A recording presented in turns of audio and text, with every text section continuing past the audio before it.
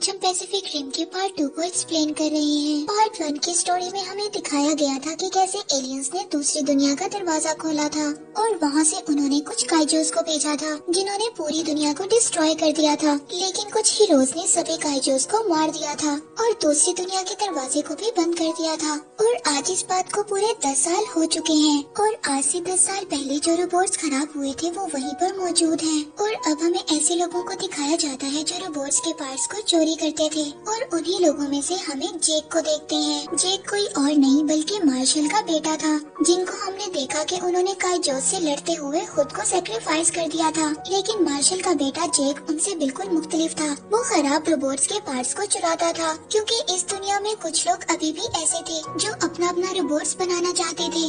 और अब जेक कुछ लोगों को रोबोट का खास पार्ट बेचने लगता है, लेकिन जेक के पास वो पार्ट मौजूद नहीं था, इसीलिए वहाँ पर वो कुछ लोगों को धोखा देकर भाग जाता है। और जब जेक भाग रहा होता है तो वहाँ पर वो देखता है कि एक लड़की है जिसका नाम अमारा था और ये लड़की अमारा भी जेक की तरह रोबोट्स के पार्ट्स को चुराया करती थी। और अब अमारा ने उस रोबोट के पार्ट को चुरा लिया था जिसको जेक यहाँ पर चुराने के लिए आया था। लेकिन जेक किसी तरह से अमारा का पीछा करते हुए उसकी वर्कशॉप तक पहुँच जाता है और यहाँ पर वो आकर देखता है कि अमारा ने एक रोबोट तैयार किया है जिसको एक सिंगल पायलट ही चला सकता है। और वहीं पर जेक को अमारा मिलती है। जेक अमारा को बोलता है कि तुम्हें इस रोबोट को बेच देना चाहिए। इससे पहले अमारा उसे कुछ कहती, लेकिन वहीं पर सिक्योरिटी के कुछ लोग आ जाते हैं जो आज भी बड़े बड़े रोबोट्स बनाया करते थे कि अगर एलियंस ने कभी अटैक किया तो वो दोबारा उन रोबोट्स की मदद से उन पर अटैक कर सके। और इससे पहले ये सिक्योरिटी अमारा और जेक को अरेस्ट करती, अमारा अपने रोबोट में बैठ जाती है और उसके साथ जेक भी बैठ जाता है और ये लोग सिक्योरिटी के सामने से दरवाजा तोड़कर निकल जाते हैं।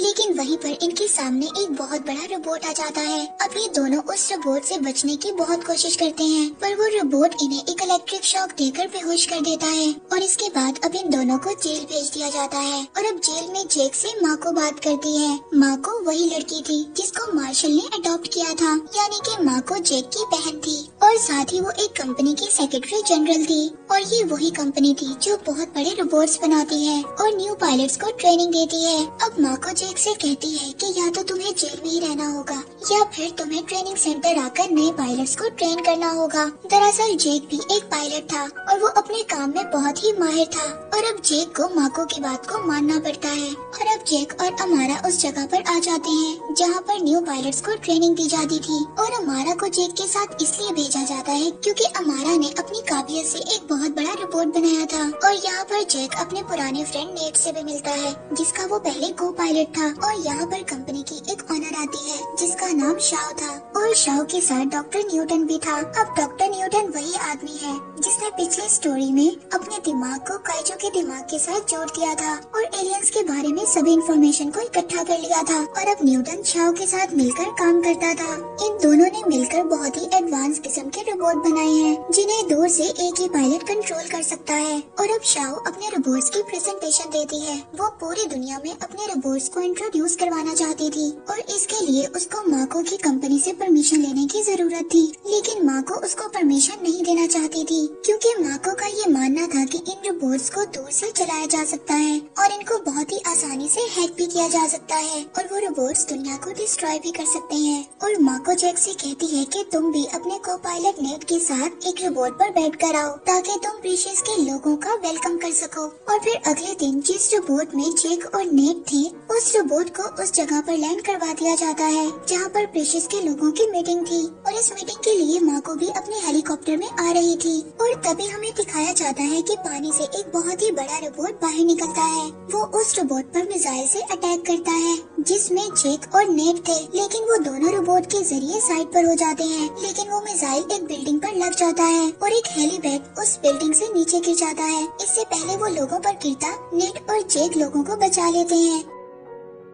और अब वो रोबोट उस हेलीकॉप्टर पर अटैक करने वाला था जिसमें माँ को बैठी थी। तभी जेक और नेट उस रोबोट पर अटैक करते हैं जिससे उस रोबोट का निशाना हट जाता है। और अब जेक और नेट के रोबोट और दूसरे रोबोट के दरमियान में फाइट होती है। तभी जेक अपने रोबोट में बैठा देखता है कि जिस हेलीकॉप्टर में माँ को है वो क्रैश होने वाला है। और अब वो भागता हुआ रोबोट के जरिए उस हेलीकॉप्टर तक जाता है और जेक उस हेलीकॉप्टर को नहीं पकड़ पाता और वो नीचे गिरकर क्रैश हो जाता है। और जेक की बहन माँ को उस प्लेन के क्रैश होने की वजह से मर जाती है। और अब वो रोबोट जो पानी से निकला था वो देखता है कि आसमान पर कुछ और रोबोट्स भी आ गए हैं जो उससे फाइट करना चाहते हैं। इसीलिए वो रोबोट फिर से पानी के अंदर चला जाता है। और अब जैक अपनी बहन माको के मरने की वजह से बहुत ही ज्यादा उदास हो गया था और उसको पता चलता है कि माको ने मरने से पहले एक लोकेशन को भेजा था। और फिर जब वो कंपनी के लोग उस लोकेशन को डिकोड करते हैं तो उन्हें पता चलता है कि ये लोकेशन एक रशिया में है जहाँ पर कुछ नए रोबोट्स को बनाया जाता है। और दूसरी तरफ हमें शाओ कंपनी को दिखाया जाता है जो अपने रोबोट्स को पूरी दुनिया में इंट्रोड्यूस करवाना चाहते थे और अब उन्हें इस बात की परमिशन भी मिल जाती है। पर अभी इन्हें अपने रोबोट्स को पूरी तरह से तैयार करना था, इसीलिए शाओ न्यूटन को ये ऑर्डर देती है कि उसे 48 घंटों में सभी रोबोट्स को तैयार करना होगा। और अब न्यूटन सभी रोबोट्स को वहाँ पर तैयार करने लगता है। और यहाँ पर हमें न्यूटन के बारे में एक बात पता चलती है कि उसके पास आज भी एक काइजो का दिमाग है जो कि पूरी तरह से एक्टिव है और आज भी वो काइजो के दिमाग से अपने दिमाग को जोड़ता है ताकि वो एलियंस के बारे में ज्यादा से ज्यादा इंफॉर्मेशन को कलेक्ट कर सके। और दूसरी तरफ हमें जैक और नेट को दिखाया जाता है जो अपना रोबोट लेकर उसी लोकेशन पर आ गए थे जिस लोकेशन के बारे में माको ने उन लोगों को बताया था, यानी कि वो लोग रशिया में आ गए थे और ये जगह बिल्कुल ही वीरान थी, यहाँ पर कोई भी नहीं था। इससे पहले वो लोग कुछ समझ पाते और यहाँ पर वही रोबोट आ जाता है जिसने माको को मारा था और यहाँ पर दोनों के दरमियान फाइट स्टार्ट हो जाती है। और यहाँ पर जैक और नेट का रोबोट उस रोबोट को मार देता है और अब ये लोग उस रोबोट को देखना चाहते थे कि उस रोबोट को कौन ऑपरेट कर रहा है।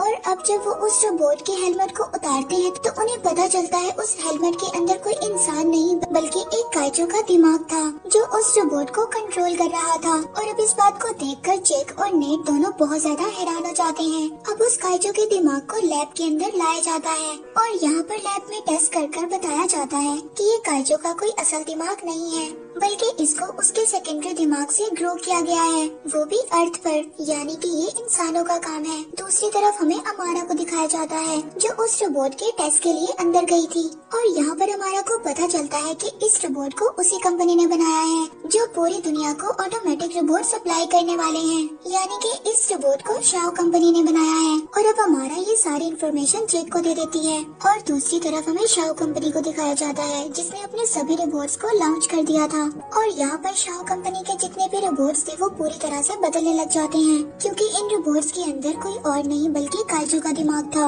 और इन रोबोट्स को काइजो का दिमाग कंट्रोल कर रहा था। और अब शाओ कंपनी के जितने भी रोबोट्स थे वो काइजो रोबोट्स बन चुके थे और अब ये रोबोट्स पूरी दुनिया को डिस्ट्रॉय करना चाहते थे। वो हर सिटी में जाकर अटैक कर रहे थे। और दूसरी तरफ न्यूटन का एक साथी न्यूटन के पास जाता है जहाँ पर उसको पता चलता है कि न्यूटन का दिमाग अब काइजो कंट्रोल कर रहे हैं। जिस तरह हमें दिखाया गया था कि पिछली स्टोरी में न्यूटन ने अपने दिमाग को काइजो के दिमाग के साथ जोड़ा था और अब इसी तरह काइजो ने भी न्यूटन के दिमाग को अपने साथ जोड़ लिया था और अब न्यूटन के दिमाग को एलियंस ने पूरी तरह से अपने कंट्रोल में ले लिया था। और न्यूटन ने यहाँ पर जितने भी रोबोट्स बनाए थे वो सब काइजो ने ही बनवाए थे। और साथ ही हमें यहाँ पर ये बात भी पता चलती है कि माको के मरने के पीछे भी न्यूटन का ही हाथ था। न्यूटन ने ही उस रोबोट को तैयार किया था जिसमें काइजो का दिमाग था। उन काइजो एलियंस ने माको को इसलिए मरवाया था ताकि शाओ कंपनी को पूरी दुनिया में रोबोट सप्लाई करने की परमिशन मिल सके।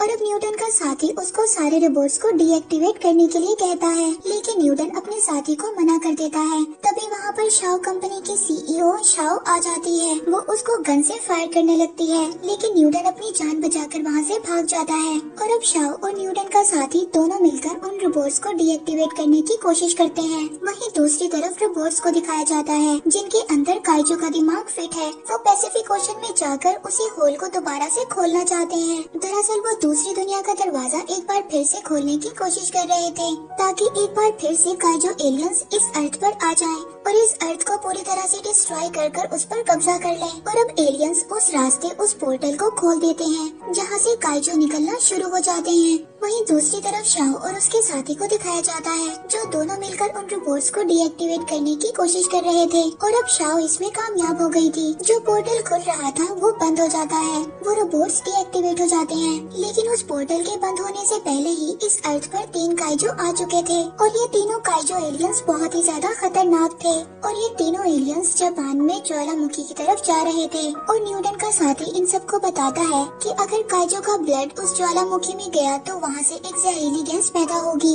और अर्थ पर रहने वाली हर वो चीज जो सांस लेती है बिल्कुल खत्म हो जाएगी और इसी तरह एलियंस पूरे अर्थ पर कब्जा कर लेंगे। और अब इन लोगों के पास 4 रोबोट्स बचे थे, लेकिन ये रोबोट्स पहले की तरह नहीं थे। ये कुछ ज्यादा ही पावरफुल थे क्योंकि ये रोबोट्स अब उड़ भी सकते थे। अब चारों रोबोट्स उस जगह पर पहुंच जाते हैं और अब रोबोट्स काइजो से फाइट करना स्टार्ट करते हैं। और ये सभी रोबोट्स इतने ज्यादा एडवांस थे कि ये काइजो को अपने सामने कमजोर कर देते हैं। और अब यहाँ पर सभी काइजोस हार गए थे। और जब न्यूटन इस बात को देखता है कि सभी काइजोस हार गए हैं, तो वो कुछ रोबोटिक पैरासाइट काइजोस की तरफ भेजता है। ये छोटे छोटे रोबोट्स थे जो उन काइजो एलियंस को एक साथ इकट्ठा जोड़कर एक बहुत ही बड़ा काइजो एलियन बना देते हैं। और अब ये काइजो एलियन इतना ज्यादा पावरफुल था कि ये तीनों रोबोट्स का बहुत अच्छे तरीके से मुकाबला करता है और ये सभी रोबोट्स को डैमेज कर देता है। और अब वो रोबोट जिसमें जैक और नेट थे, उस रोबोट को भी ये बुरी तरह से डैमेज कर देता है और नेट इस रोबोट में बुरी तरह से इंजर्ड हो जाता है।